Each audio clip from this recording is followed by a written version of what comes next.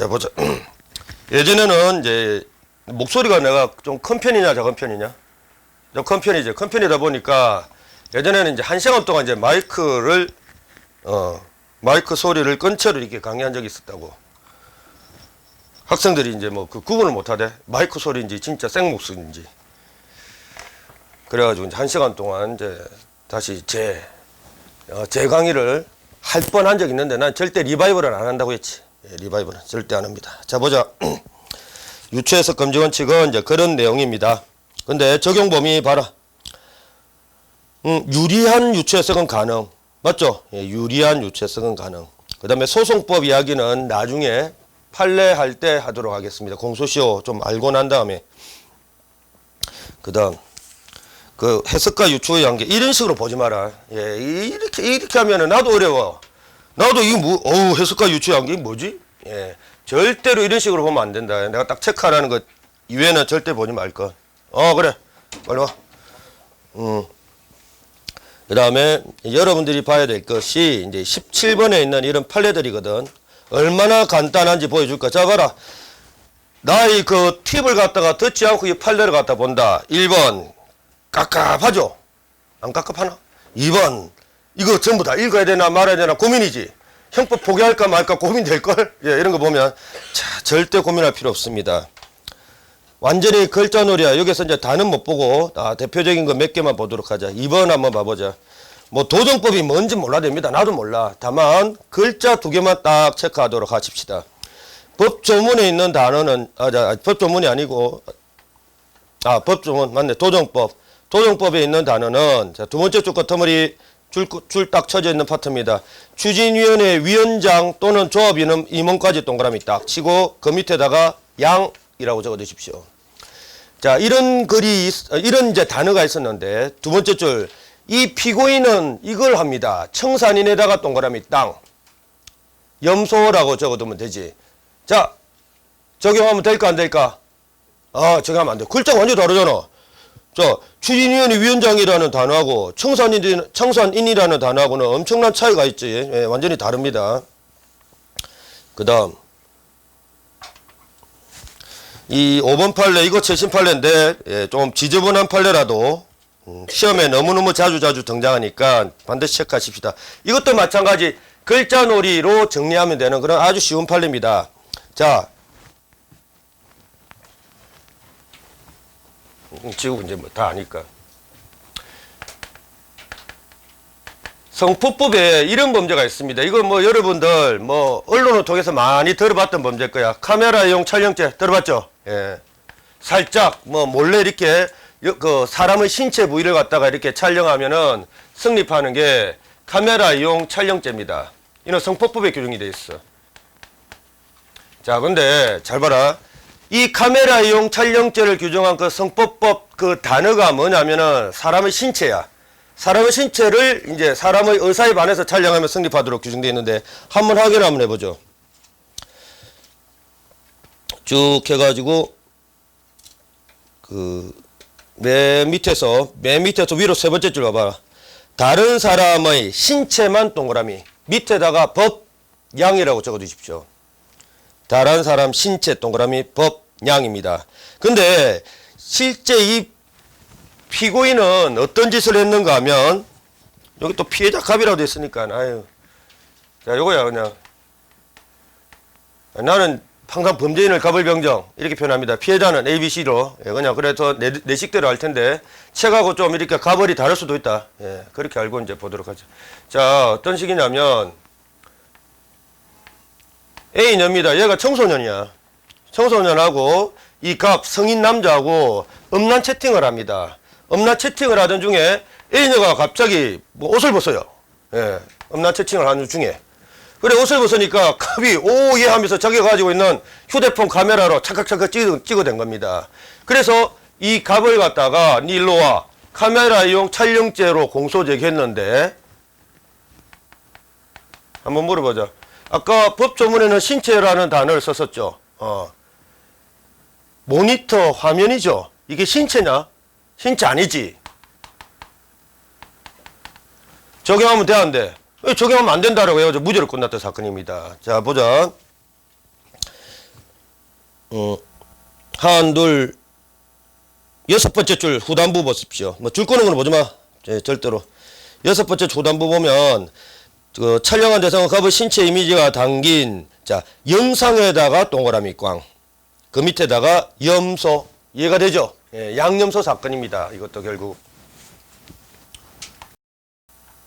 그러니까 모니터 화면의 그 영상일 뿐이지 이 신체가 아니다라고 해가지고 요 법 조문을 얘한테 적용할 수 없다라는 거. 양, 염소 똑같아. 어렵나? 안 어렵죠? 이거 끔이라니까 끔. 그 다음 내 힌트 가르쳐줄게. 힌트.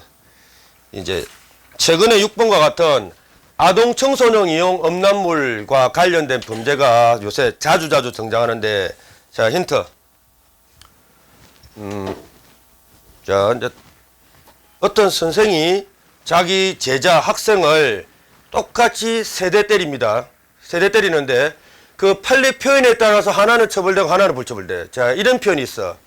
어떤 선생이 학생을 훈계 목적으로 뺨을 3차례씩이나 때렸다. 와. 그 다음에 자 어떤 선생이 학생을 훈계 목적으로 뺨을 서너 대 정도밖에 안 때렸다. 와. 자 1번은 처벌 느낌이야 불처벌 느낌이야. 무슨 말인지 알지? 근데 똑같이 서너 대, 뭐 세 대 정도밖에 안 때렸는데 두 번째처럼 서너 대 정도밖에 안 때렸다 이런 표현이 나오면 그럼 불처벌이라. 그러니까 판례 표현 중에 벌써 처벌 불처벌이 나타난다니까. 그 중에 하나가 요겁니다. 그 구체적 내용은 우리가 이거 아동이 등장하는 음란물을 갖다 우리가 보고 판단할 거냐. 예, 구체적 내용은 몰라도 되는데 형광펜 딱 준비하십시오. 18페이지에 있는 다소라는 말이 있지. 다소. 두 번째 줄 같으면 다소. 이제 어리라는 어떤 이 미친 놈의 자식이 어떤 음란물을 갖다가 이렇게 유통을 시켰나 봐. 그래서 니네 아동 청소년이 등장하는 음란물을 유통시켰다라고 해서 아청법으로 이제 공소 제기를 했는데 결국 무죄로 나와. 우리가 그 영상을 봐야 되나? 에이, 우리가 뭐 변태 아니잖아요. 영상 볼 필요 없어. 왜? 어떤 단어 때문에? 그것 때문에. 요중에 여자 주인공이 약간 다소 어려 보였나 봐. 근데 판례편이야. 다소 어려 보인다라는 것만으로는 아동 청소년 이용 음란물이라고 할 수 없다. 야. 이제 우리들은 요런 것들만 키워드 잡으면 돼. 다소. 그 다음에 소규모 이런 거. 요런 판례가 등장하면은 전부 다 처벌 불처벌. 불처벌입니다. 희한하게도. 그 다음에 그 밑에 있는 판례들 다는 못 보고 딱 뭐 몇 개만 보도록 하자. 한, 둘, 셋. 나머지 전부 다 하여튼 글자놀이야, 글자놀이. 네 번째 줄 봐봐. 총기 분실 사건이라고 돼 있는데 군형법상 군용물 분실죄라는 게 있습니다. 자, 분실에다 동그라미 딱 치시고 법이라고 적고 양이라고 적어두면 돼. 당연히 군용물 분실죄니까 분실이라는 단어를 갖다가 규정했겠지. 근데 얘가 사병이야. 사병인데 이게 우경계총하고 경계근무를 쓰고 있는데 무슨 장교를 사칭한 놈한테 쏘가가지고 자기가 우경계총하고 있던 그 총기를 갖다가 쏘가가지고 건네줍니다. 쏘가가지고 건네주는 걸 갖다가 편취당했다라고 하거든. 자, 편취에다가 동그라미 꽝. 사실 이제 군단 백수령 사건이라고 합니다. 이거.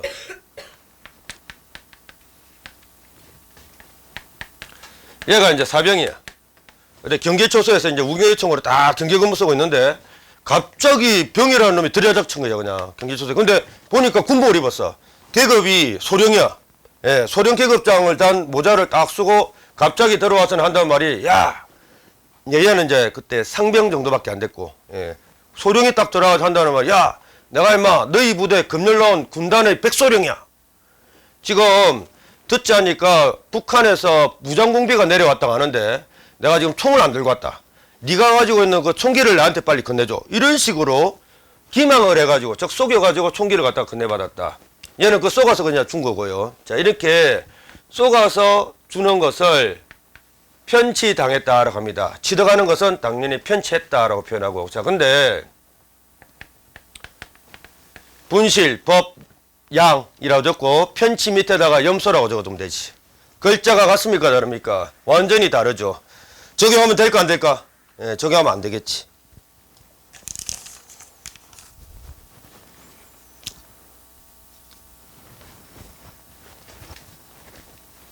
그 다음에 조금 어려운 판례 하나 볼까? 예, 조금 어려운 판례 보기 전에 이제 상식적으로 요런 해석이 가능할까 불가능할까만 좀 보자.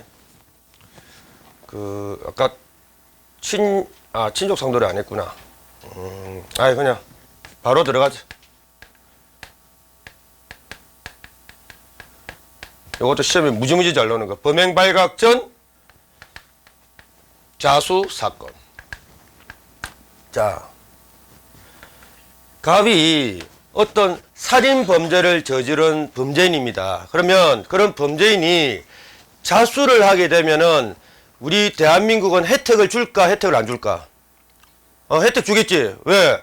아니 고생하면서 경찰관들이 수사를 하고 있는데 얘가 자발적으로 경찰서에 신고합니다. 자기가 이제 자백을 합니다. 죄송합니다. 제가 저지른 범죄입니다. 죄송합니다. 이렇게 하면서 자발적으로 신고합니다. 자, 그게 자수죠. 그러면 뭐 물론 범죄 자체는 나쁘지만은 그래도 자발적으로 신고, 즉 자수를 했으니까 경찰관들 인력 낭비를 갖다 좀 절감시켰다, 그지? 예, 그래서 그런 차원에서 혜택을 줘. 조금 가볍게 처벌합니다. 이제 법조문에는 임의적 감면이라고 돼 있는데 그거는 나중에 저 뒤에 형벌론 가서 배울 거고. 자, 이제 혜택을 줘. 혜택을 주는데 생각을 한번 해봐. 자수라는 것은 자 그런 혜택을 줍니다. 혜택을 주는데 자수라는 것은 피고인에게 유리한 사유야 불리한 사유야. 만약에 자수가 되면은 피고인한테 유리한 처분이 나와 불리한 처분이 나와? 좀 말했잖아. 좀 가볍게 처벌한다고 자수하면.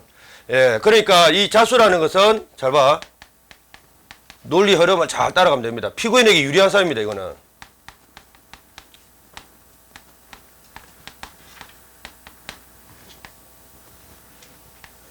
근데 이 피고인에게 유리한 사유를 어떤 미친 판사가 어떻게 해석하는 거냐? 하나? 예, 이렇게 해석합니다. 야, 이 자수라는 것은 말이야, 두 가지가 있는데, 이거 실제 판사가 이렇게 해석합니다. 자수라는 것은, 범행 발각 전에 자수하는 그런 경우가 있고, 그 다음, 이 사건의 범죄인이 누구다라는 거 발각된 후, 즉 범행 발각 후 자수, 이 경우 두 가지가 있는데 자수 혜택을 줘야 되는 경우는 범행 발각 전에 자수한 경우만이다 이렇게 말합니다. 즉 범행 발각 전에 자수한 경우만 자수가 되고 범행 발각 후에 자수한 경우는 자수가 안 된다라고 어떤 미친 판사가 해석을 한 거야. 자, 이렇게 해석하는 것은 금지할까 허용할까? 상식적으로 금지할까 허용할까? 자, 그냥 자수라고 돼 있지. 요 앞에 범행 발각 전 자수라고 한정돼 있냐? 그런 거 없습니다. 그냥 자수지. 자, 어떤 살인사건 현장에 딱 갔더니 시체가 있습니다. 시체가 있는데 이거 도저히 누가 사람을 죽였는지 도저히 밝혀지지 못한 그런 경우, 즉 그게 이제 범행 발각 전인데 그럴 때 자수한 경우랑 그 다음 딱 보니까 시체가 있는데 이거는 갑이 사람을 죽였다라는 것이 명백해. 근데 지금 갑은 안 잡히고 저기 지금 도망 다니고 있습니다. 이렇게 갑이 범행을 저질렀다라는 사실이 발각된 이후에 얘가 반성을 하면서 도망 다니다 반성하면서 경찰서에 자수한 경우가 바로 범행 발각 후 자수인데 이 자수하고 이 자수는 다르나? 다릅니까? 아니죠. 그냥 스스로 수사관서에 자발적으로 신고해서 들어갔다라는 것은 똑같습니다. 근데 어떤 판사가 이렇게 해석을 한다면 자 보자. 이게 어려운 판례 중에 하나다. 오늘 배운 것 중에 제일 어려운 판례인 것 같은데, 자 이렇게 피고인에게 유리한 사유를 범행 발각 전 자수, 범행 발각 후 자수, 판사 지가 멋대로 이렇게 나누어 가지고 범행 발각 전 자수만 자수 혜택을 주고 범행 발각 후 자수는 자수 혜택을 안 주겠다라고 해석한다면 피고인에게 유리한 해석이 되냐 피고인에게 불리한 해석이 되냐? 그렇지. 요게 판례 표현으로 나와. 피고인에게 불리한 해석이 된다. 이제 동그라미 친 거 잘 봐라. 피고인에게 불리한 해석이 되므로 요런 해석은 허용할까 금지할까? 금지해야 된다 이 말입니다. 예, 요런 해석은. 근데 금지하는데 요 앞에 또 이상한 표현이 나와. 왜 금지하는가? 피고인에게 불리한 해석이다 이 말은 피고인의 처벌되는 범위, 유식하게 가벌성 범위라 합니다. 자, 피고인의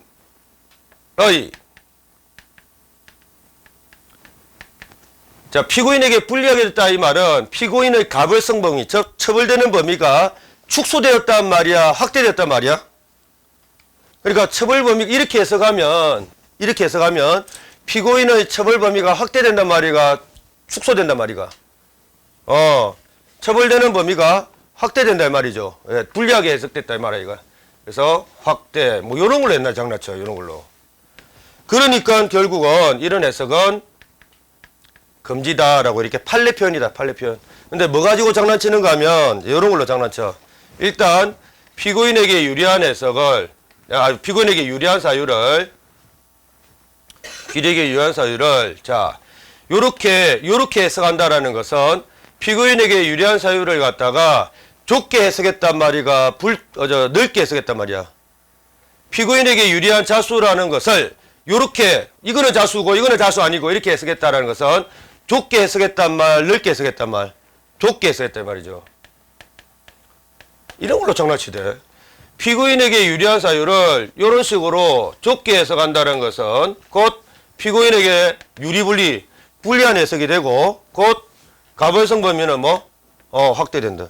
이걸로 장난치대. 이게 최고로 어려운 판례다. 오늘 배운 것 중에. 이게 그 유명한 범의 발각전 자수 사건이다. 이런 것들 예외가 몇 개 있는데 이런 예외 몇 개 빼고는 전부 다 아까 말했지 처벌 불처벌 그 다음에 글자놀이로 다 해결이 돼. 기적처럼. 근데 이런 게 많습니까? 아니요. 이런 게 별로 없습니다. 이렇게 약간 머리를 쓰면서 이해하는 판례는 없어. 몇 개 없습니다. 그 다음 나머지는 판례할 때 따로 보도록 하고 그 다음 이제 적정성 원칙 뭐 다 아는 이야기지만은 다시 한번 언급하자. 19페이지. 자, 이제 책 걸쩍거리면 하죠. 걸쩍거리기만. 이제 적정성 원칙은 이렇게 표현합니다. 현대적 재형법정주의 원칙. 이건 뭐냐면은 적정성 원칙이 5번째 원칙이죠. 이거는 가장 최근에 만들어진 거야. 가장 최근에. 야, 형벌 정할 때 좀 적당하게 하지라는 그 원칙은 5번째 원칙인데 가장 최근에 만들어져. 즉 막내 원칙이다라는 의미로 현대적 이렇게 표현한 거다. 별 의미는 없습니다. 줄만 하면 싹 꺼놓고 이미 다 말했잖아. 그리고 내가 힌트 또 가르쳐줘야 되겠네.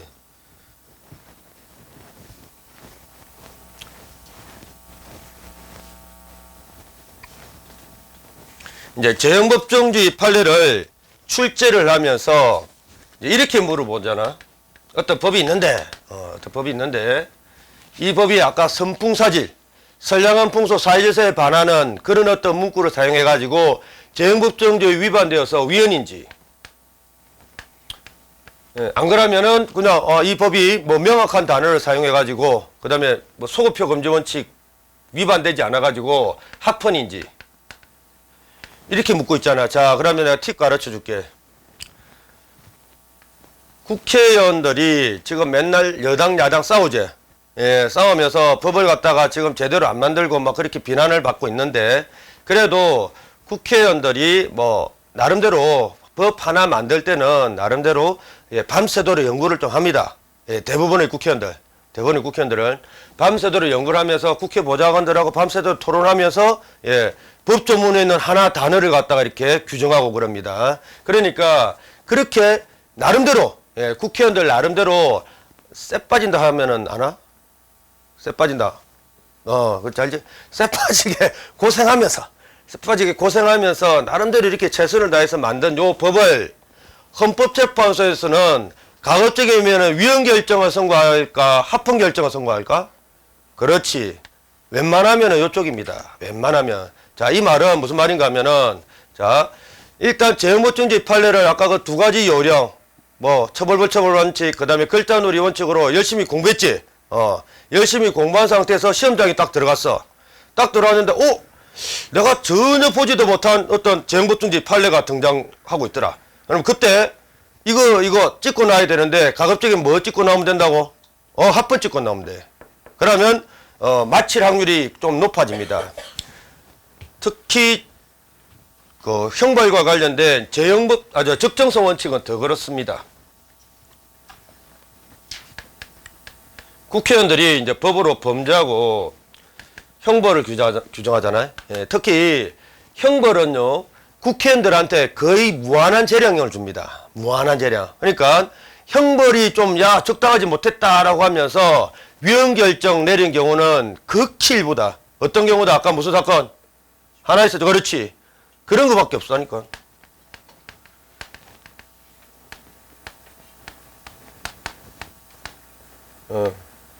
요런 경우. 그 다음에 몇 개, 한 2개 정도만 안개하면 돼. 이거 왜 2개 정도 안개하는데. 그러니까 그런 경우만 위헌이고, 나머지 대부분의 판례들은 합헌입니다. 전부 다. 나머지 대부분 판례들, 적정성 원칙에 반한다, 반하지 않는다. 반하지 않는다야. 그러니까, 적정성 원칙에 반하지 않는다라는 판례를 안개하면 될까, 안 될까? 안 됩니다. 적정성 원칙에 반하는 이런 것들만 안개하면 되지. 그 외에는 왜? 전부 다 합헌이니까. 이 다 요령인데, 요령을 몰라. 예. 자, 밑에 핵심 판례 봐봐. 맨 끝에 것만 봅니다. 과잉금지 원칙이 바로 적정성 원칙을 말하는데, 반하지 않는다. 합헌, 끝. 그 다음에, 그 밑에 봐봐. 2번. 뭔 내용인지 몰라도 돼. 과도하게 침해한다고 볼 수 없다. 헌법을 침해한다고 볼 수 없다라는 말하고 똑같습니다. 위헌이 합헌이야. 합헌이다 이 말이거든. 문제는 이걸 외우면 될까 안 될까? 1번, 2번은 외우는 게 아닙니다. 요거 외우는 전부 다 합헌인데. 예. 이런 걸 외우면 안 돼. 이 공부를 갖다가 이제 요령을 모르면 어려워져. 그 다음.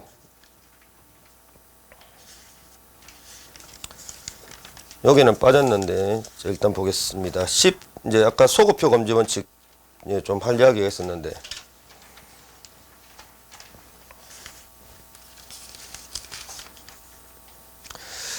그, 13페이지 잠깐 오실랍니까? 13페이지로. 여기는 조금 이렇게 부실하게 서술되어 있어서 조금 이제 내가, 메스탑건을 갖다가 추가하려고 합니다. 관소 유명적 할 때 예. 소표 금지 원칙이 요거하고 위밑법만 하고 조금 눈 좀 붙이도록 하자. 예. 요거하고 자, 소표 금지 원칙이라고 했는데 당연히 피고인에게 불리한 소표를 금지한다고 했습니다. 자, 근데 요게 잘 나와. 유리한 소표는 허용 금지.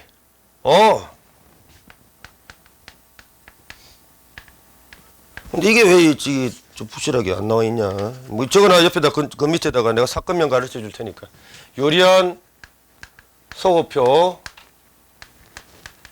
허용 사건들 볼 겁니다. 전부 다는 못 보고 아주 대표적인 거 볼게요.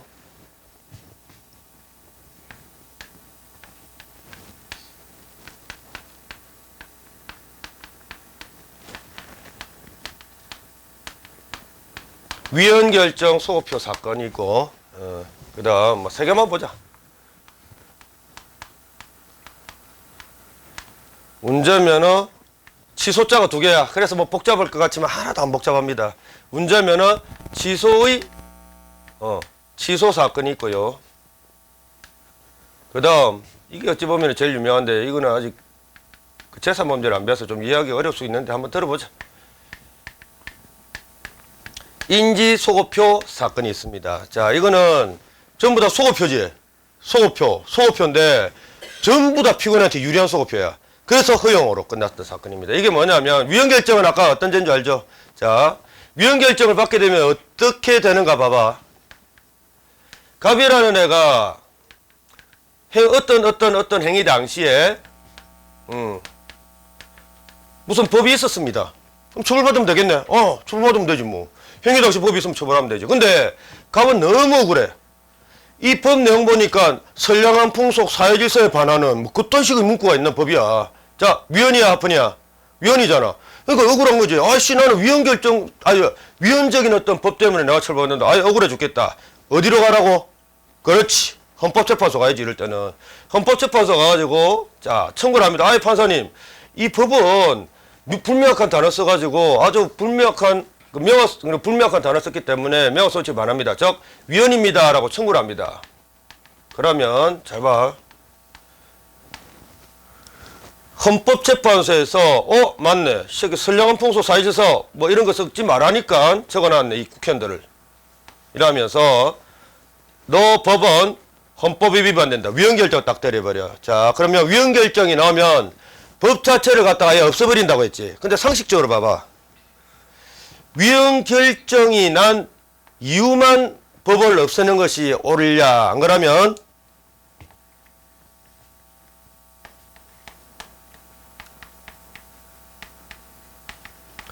위헌결정 소고표를 맞죠? 소고표. 요쪽. 예. 과거로 위헌결정 소고표를 과거로 미쳐서 처음부터 이 법 자체를 무효화시키는 것이 옳냐. 어떤 것이 옳은지 알지? 자, 일단 이거 보자.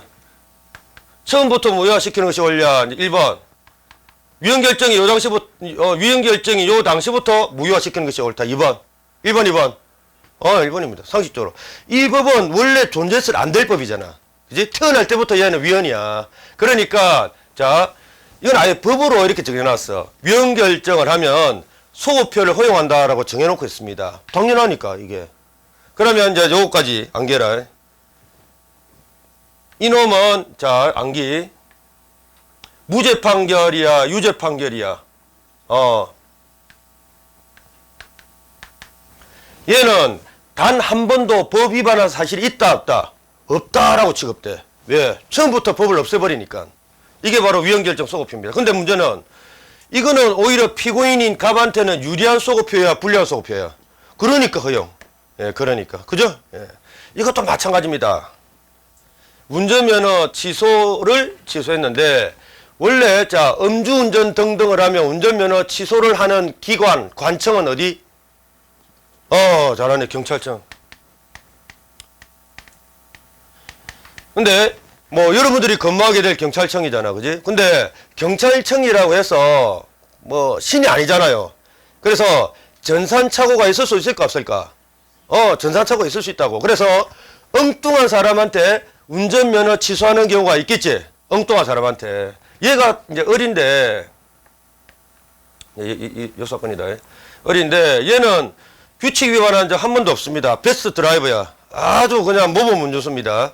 운전하고 있는데 경찰청 전산착오로 엉뚱하게 얘한테 야 임마 네 운전면허 취소 취소 처분해버린 거야.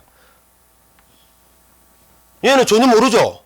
자기는 뭐 교통법규 위반한 적이 없는데 전산착오를 이렇게 취소를 해버리면 전혀 모릅니다. 근데 일단 공식적으로 경찰청에서 운전면허 취소 처분을 해버리면 요 이후부터는 뭐가 된다? 무면허가 된다, 유면허가 된다. 졸지에 무면허가 돼버려. 무면허가. 억울하지?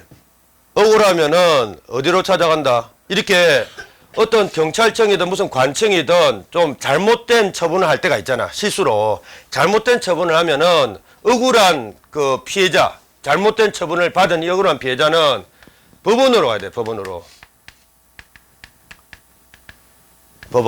법원으로 가가지고 소송을 제기해야 됩니다. 판사님 왜?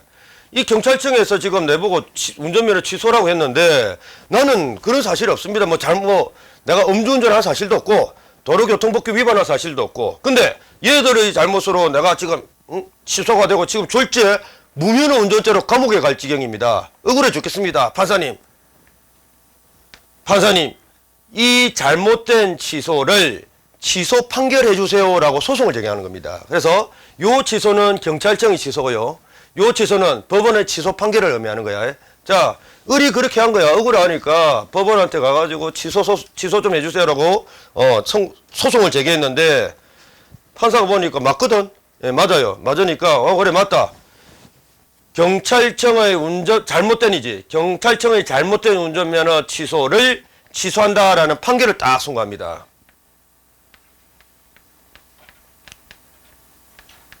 자, 그럼 이것도 마찬가지. 자, 1번, 2번으로 물어보자. 이것도.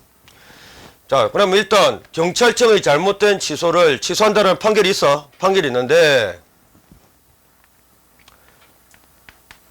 그 취소하는 판결의 효력을 자, 예전에 잘못된 경찰청이 취소하던 시점부터 미치게 하는 것이 옳냐. 여기 1번.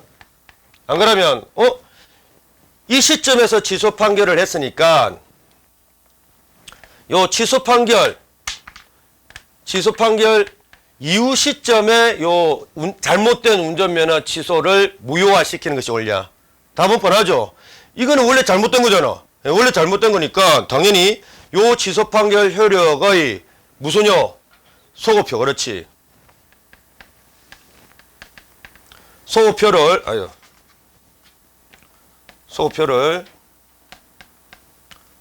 허용해서 이 원래 경찰청의 잘못된 취소를 아예 처음부터 없게 만드는 것이 맞죠? 예, 뭐 상식적으로 맞잖아. 자, 그러면 이제 정답. 얘는 요 기간에 운전한 것이 무면허 운전이 될까, 유면허 운전이 될까? 그렇지. 요게 시험이 나옵니다. 됐죠? 예. 그 다음, 이거하고 좀 자세. 예. 인지소급표. 이거는, 일단 보자. 여기까지만 하고. 예. 갑은 혼인뇌의자라고 합니다. 혼인뇌의자는 민법 용어인데 다른 게 아니야. 아빠가 또는 엄마가 혼인 바깥에서 바람 피워서 낳은 자식을 혼인뇌의자 이렇게 말합니다. 혼인 바깥에서 낳은 자식. 근데 혼인 바깥에서 이제 바람 펴가지고 이제 낳은 그 자식의 아빠를 출생만 시켰다라고 해서 생부 이렇게 표현하고요. 자, 어찌된 일인가 하면 원래 이제 요 이야기를 좀 해야 되겠네. 나중에 재산범죄 가면은 요 친족상돌의 규정을 배울 겁니다. 이게 뭐냐면 글자 그대로 하면 이런 거야.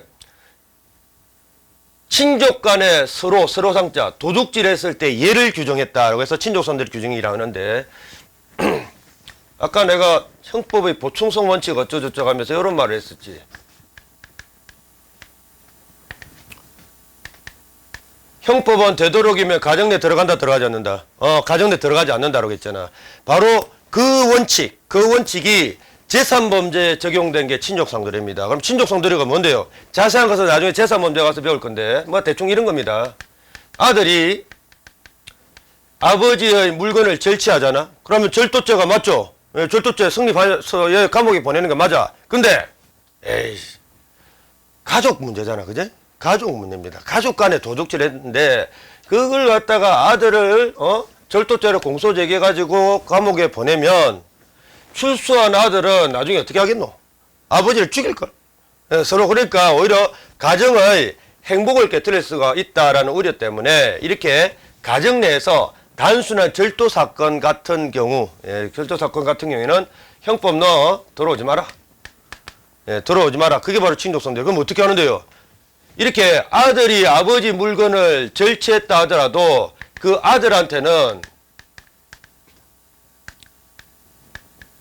형을 면제해 주도록 하고 있습니다. 그럼 감옥에 안 보내. 혹시 솔직히 고백해라. 여기 아빠 엄마 물건 옛날에 절취한 적 있는 사람 손 들어봐. 당당한데. 오늘 당당. 야, 근데 절취한 적 있는데 너희들 감옥에 간 적 있냐? 없죠. 이것 때문에. 그렇다고 오늘 좋은 거 배웠다. 당장 가가지고 오늘 아빠 엄마 물건 썰이 뭐 그냥 전부 다 그냥 싹쓸이 해야지. 그런 생각은 버려라. 예. 그래도 찝찝해. 왜냐면, 이게 절도죄, 사실은 엄밀하게 말하면 절도죄 무죄는 아닙니다. 절도죄는 유죄야. 근데 감옥에 안 보내. 예, 그래서 그냥 공소 제기를 하지 않습니다. 처음부터. 아들이 훔쳤다면. 이제 그게 이제 친족상돌인데, 이제 요 이야기 이제 해보자. 이제 친족상돌이가 어떤 건지 말했으니까 이제 알아들었지. 자, 근데 얘는 혼인외의자야. 혼인 바깥에서 낳은 자식. 그 다음 얘는 생부고. 자, 그러면 민법적으로 어떻게 되는가 하면 혼인외의자하고 생부는 남남입니다. 법적으로. 아들을 아들이라 부르지 못해. 법적으로. 아빠를 아빠라 부르지 못해. 남남이야. 그런 상태에서 혼인외의자가 나중에 커가지고 생부 집에 들어가가지고 생부에 돈을 갖다가 전부 다 절취를 했네. 자, 이런 상태라면 혼인외의자한테 친족상돌의 적용 부적용. 부적용이야. 아들 취급 안 한다니까 법적으로. 근데 생부가 혼인의 자를 갖다가 아들로 만드는 절차가 하나 있습니다. 그게 뭐? 인지라는 거야. 야, 그래도 생부하고 혼인의 자는 혈연이죠. 예, 혈연 관계가 있는데 그걸 영원히 남남으로 두면은 그건 오히려 비정한 일이다. 그래서 생부가 법원에 가가지고 혼인의 자식, 얘가 내 아들 맞습니다라고 신고를 하면은, 그래? 그때부터 아들로 만들어버리는 좋은 제도가 하나 인지입니다, 인지. 근데, 어느 날 혼인의자는 아니고, 혼인의자 변호사가 생부한테 찾아온 거야. 요대로 놔두면 혼인의자는 감옥에 갈 지경이지. 예, 그래서, 야, 생부 찾아가지고 변호사가 설득합니다. 야, 임마, 그래도 임마, 네 핏줄인데, 얘를 갖다 감옥에 보내면 네 기분 좋냐? 이렇게 하면서 생부를 설득하는 거야. 그런데 생부가 혼인의 자식 그 변호사한테 하는 말이, 그럼 내보고 어쩌라고?